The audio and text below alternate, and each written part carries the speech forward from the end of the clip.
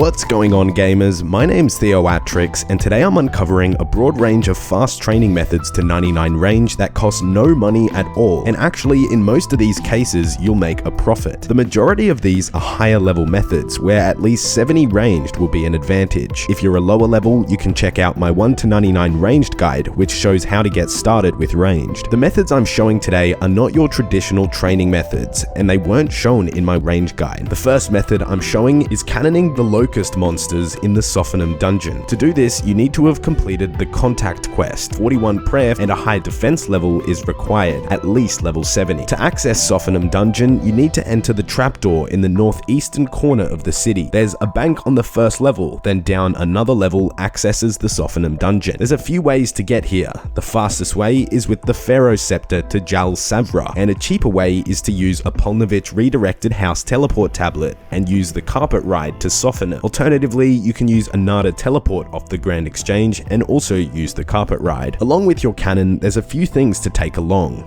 You'll need a light source, preferably one that doesn't go out, like Kandarin headgear or a Bruma torch. You should bring along your best range gear, along with a blowpipe if you can afford it. Food-wise, you can take prayer potions, some food, and Bones to Peaches, which any account can use the Bones to Peaches tablets off the Grand Exchange. Alternatively, for the fastest XP rate, you should take along brews and restores. You'll also want to bring high-level alchemy runes, and you can optionally bring Guthans or a Saradomin Godsword for some healing. You can bring along a herb sack, and of course a one-click teleport out in case things go south. To get to the locusts, make your way east when you enter the Sophanum dungeon, and avoid the first floor traps by walking around them. Then search the next floor traps facing east and make your way down the ladder. Turn on Protect from Magic, and then run southeast and turn on Protect from Ranged. And this central room is where you can set up your cannon and get started. Keep Protect from Range on at all times. It's best to target any meleeers that are attacking you, then any mages, and let your cannon kill the rangers. They commonly drop 6 bass, which you can use for healing, but always stay above 50 hit points because you can get stacked if you get bad RNG. All of these monsters have a very lucrative drop table, with each kill averaging 3 to 5k in loot. So with a cannon and blowpipe, you can easily kill 300 to 400 of these guys per hour, making well over 1 mil per hour. Accounting for the costs of cannonballs and the blowpipe, you can expect at least 600k in profit per hour, as well as 100 to 130k ranged XP per hour.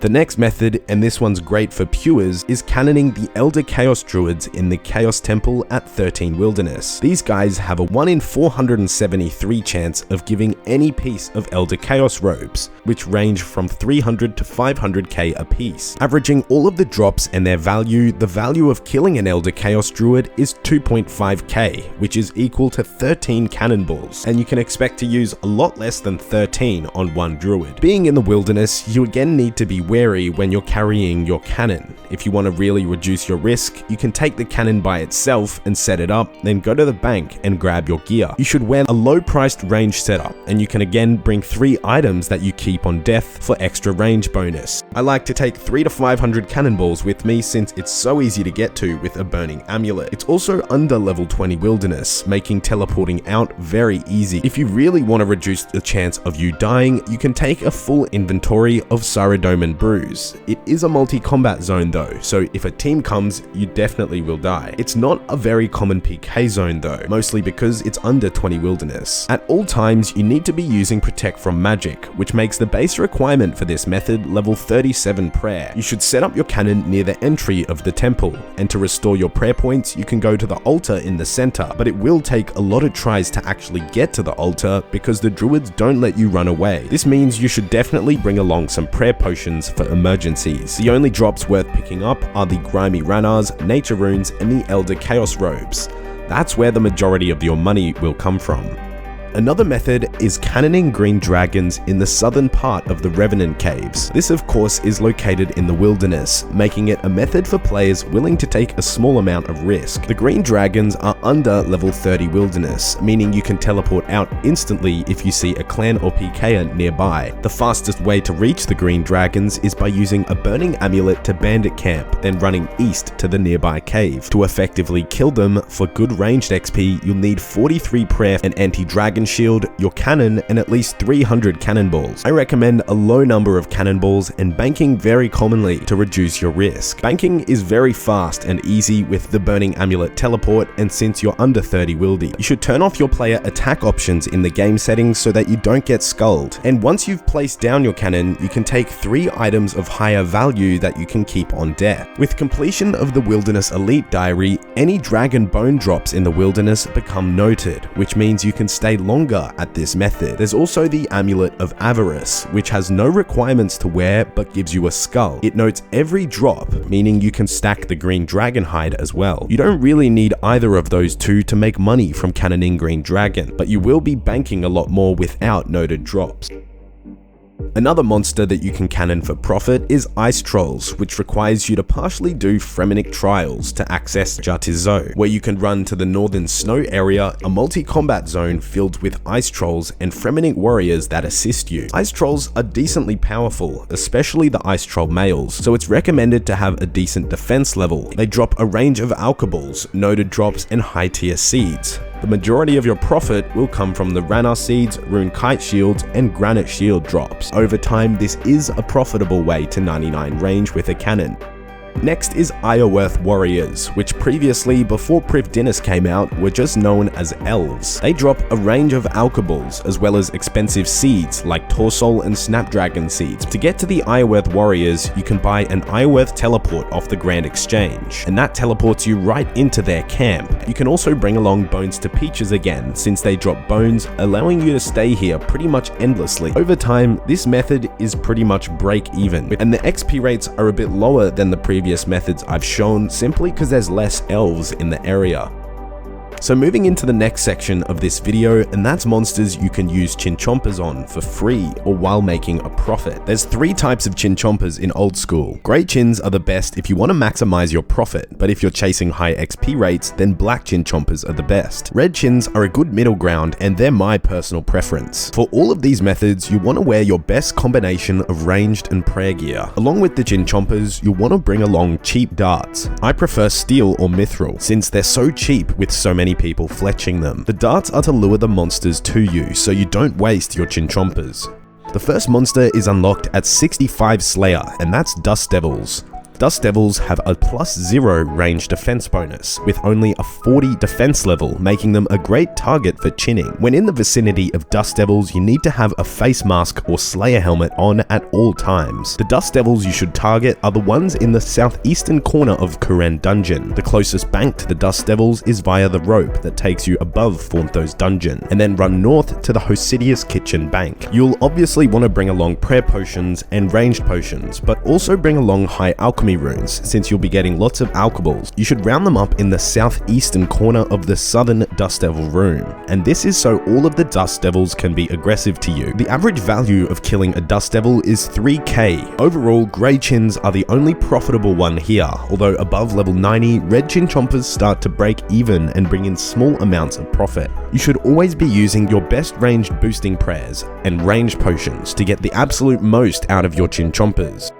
The next monster is Necraels, which require 80 Slayer to damage. Compared to the low defense of Dust Devils, these guys have level 105 defense and a +20 range defense bonus, so they're a bit more defensive than Dust Devils. However, you can target their death spawns to deal more damage to the Necraels. This is because the damage calculations of Chinchompas depend on the monster you target and provide a splash effect, so since they have a lower defense level, you can hit more often. Their location is slightly northeast in the Catacombs of Kurend. When fighting them, death spawns appear and attack you with all 3 attack styles, meaning you will take a small amount of damage. An inventory of high level food would work. The average loot of a Necrael is 4.5k, so 50% more than Dust Devils. They do have more health, and those death spawns will take some of the damage of your Chinchompas. You can only really profit from this method with a high range level and the low tier Chinchompas. They drop lots of alkaballs, so bringing high alk is a good idea if you want to stay for a longer time. With 93 Slayer, you can kill Smoke Devils, but only on a Slayer task, which is kind of rare to get. Normally, these are barraged for crazy Slayer XP, but they have a plus 600 magic defense bonus, and only a plus 44 range defense bonus, making them a great option for training ranged. This time, instead of using darts to make them aggressive, you can bring along a cannon, further boosting your ranged XP rate. The average drop from a Smoke Devil is worth 4.1k, and since you won't be barraging them, you can bring along higher alchemy runes on the standard spellbook. Higher level players can expect to make a small profit at Smoke Devils, although Smoke Devil tasks are quite rare to get and are barred at the Slayer level requirement. To stack them up properly, you can use the corners of the bone piles scattered around the room. You can expect well over 200k ranged XP per hour because of the cannon's effect. You again can only really profit up to red Chinchompers. Black Chinchompers are far too expensive and are only for that fast range XP. Another option for your journey to 99 that brings the most profit out of all the ones I've shown is bossing with ranged. The two best boss examples are Vorkath and the Armadillo boss Kriara. Let's say, hypothetically, starting from level 90 ranged, you train solely at Vorkath through to 99. After accounting for the costs of gear, supplies, and averaging Vorkath's drop table, you'd profit 220 to 230 mil. With higher levels and the best gear, you can get up to an over 100k ranged XP per hour. With lower stats and gear, you can get at least 60 to 70k. Just from level 90 to 91, you can expect to make around 17 mil in profit. And using an XP rate of 70k ranged per hour, 90 to 91 would only take 7 hours of Vorkath. Kriara, the Armadillo boss, his profitability really depends on your RNG and how long you spend there. Using Chinchompers here, you can get relatively high ranged XP rates at the same time. Keep in mind, Armadillo is not an easy boss, and you'd want at least 90 range before trying it out. There's a wide range of other very profitable bosses and demi-bosses that are weak to ranged. Zora is another good example, however the XP rates are far lower compared to killing Vorkath, since you'll be using Mage a lot of the time. There's also demi-bosses like Venenatus and Demonic Gorillas that can be ranged for massive profits. There's also other Slayer monsters like Brutal Black Dragons or Hydras. You could also consider raiding a decent source of ranged XP and profit. Both Raids 1 and Raids 2 require the ranged attack style a lot. To summarize all of these methods in the video, I started off with the cannonable methods, which included Green Dragons, Locust Riders, Elder Chaos Druids, Ice Trolls, and Ironworth Warriors. Then there was the chinning methods, which were Dust Devils, Necraels, and Smoke Devils, and the bossing methods, where the best is Vorkath and Armadillo.